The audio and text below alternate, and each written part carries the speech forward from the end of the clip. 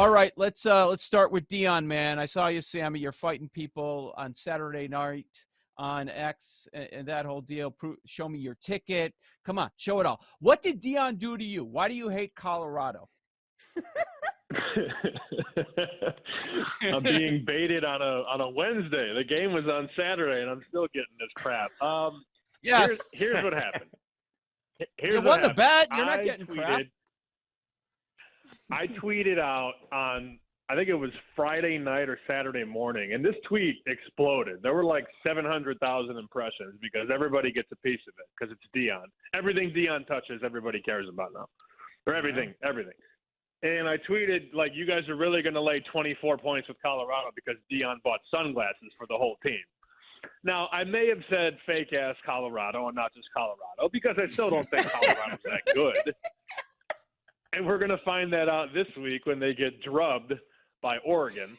But I couldn't believe, crew, that we were all going to lollygag and lay 23-24 in a spot that was 10 before the season. And that was the definition of buy low, sell high. And that was sort of how we started Chicken Dinner. We were like, wow, like these are really dumb bets. People make dumb bets all the time.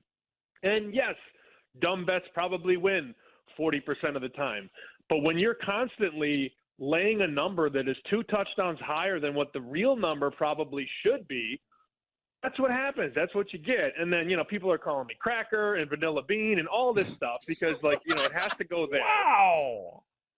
Yeah, it's brutal. So, the only problem is that they blew the 11-point lead. Like, that's what killed me. Everything Colorado State did for 3 quarters went out the window in the fourth quarter when they got conservative and they started playing scared, and they blow the 11-point lead, and Colorado scores and ties it with a minute to go. But that number should have never been 23, 23.5, 24. And that was my point. But everybody was so willing to lay it, and that's what they get. So what is it that you're seeing from Colorado that really makes you downgrade them? And obviously their schedule doesn't get any easier. At Oregon, then they've got USC next week, Sammy. Well, I definitely upgraded them after the first week or two, Hawk. Let's not get it twisted. I think they were criminally undervalued by the market. And that wasn't me. That was like odds makers. I do my Vegas tour every year in August, and I sat in the back of 4 different casinos, and every single guy was like, yeah, Colorado is going to suck this year. So when you hear people that book bets for a living and make odds say that, you sort of believe them. This wasn't the mailman and the bartender saying, hey, Colorado sucks this year. These were respected people. So obviously the TCU Colorado game should have never been 21. We all know that. I think we underestimated their discipline. We underestimated their speed. We underestimated their ability to play together as a team full of 70 or 80 new players. I mean, that's never been done before in college. But they are good. I mean, and this quarterback is, he's a first-round pick. We can joke about, why does Sam hate Colorado and why does he hate this and that? But, I mean, this Shedeur Sanders looks like an NFL quarterback that's going to go in the first round.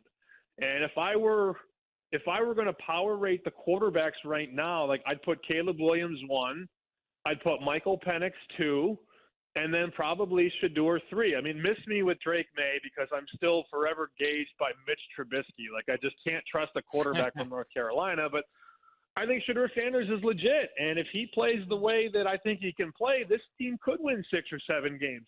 The problem that they're going to have against the Oregons and the USCs and the Utahs of the world is that those teams all have great offensive and defensive lines.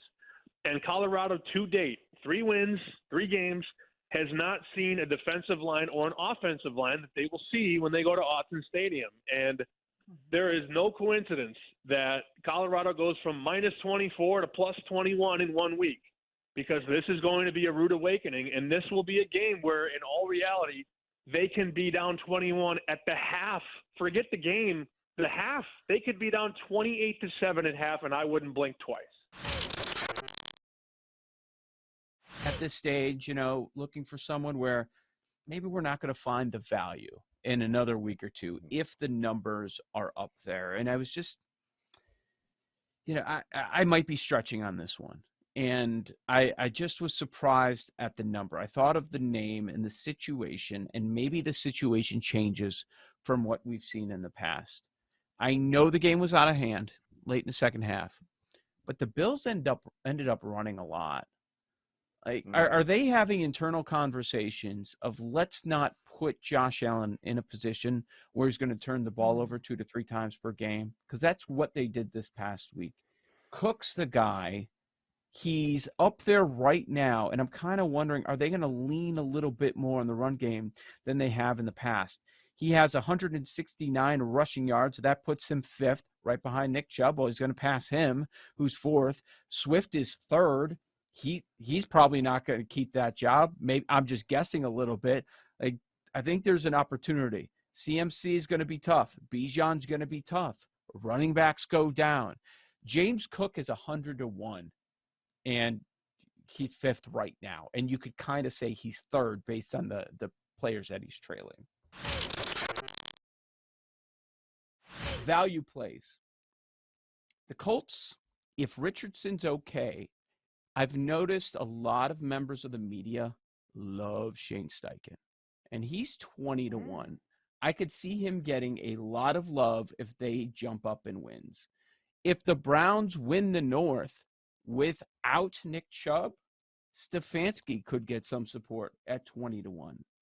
We mentioned that the Commanders are probably a fraud at 2-0, but it doesn't mean they won't end up with a lot of wins. Like, everybody had Rivera fired. Well, he's 2-0 right now, and he's 35-1. So I think those are the value plays that really stood out. I don't expect it to continue, but I'm happy with the Bulls ticket until they lose on Sunday.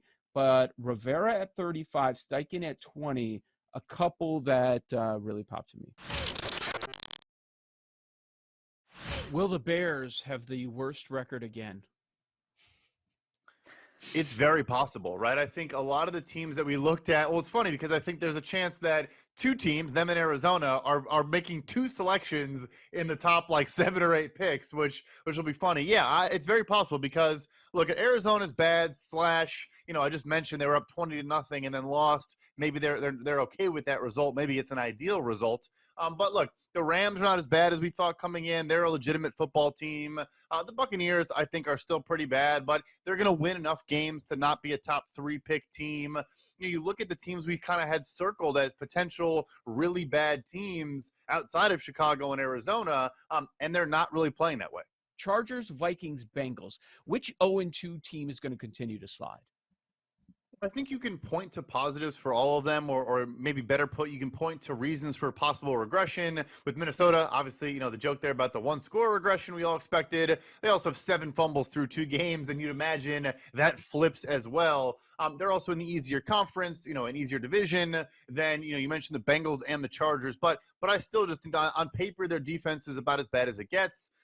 They will figure it out. They will bounce back. But for me, that's more about the opponent than it is them being good.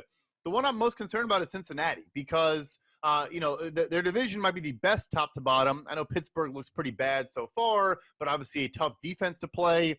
But more so, Joe Burrow's calf injury to me is a massive concern. And I don't think it's going away anytime soon. And we don't think of Burrow as a scrambler or a guy who's going to have design runs, but we track something here now called true scrambles, which includes passes, right? So when a guy escapes the pocket but still does throw the football, last couple seasons, Joe Burrow was number 1 in EPA per play on true scramble passes. He is that good, throwing on the move, throwing outside of structure. Obviously, T. Higgins and Jamar Chase help there as well. But if he can't have that mobility and have that part of the offense, I think the offense is going to still be pretty bad.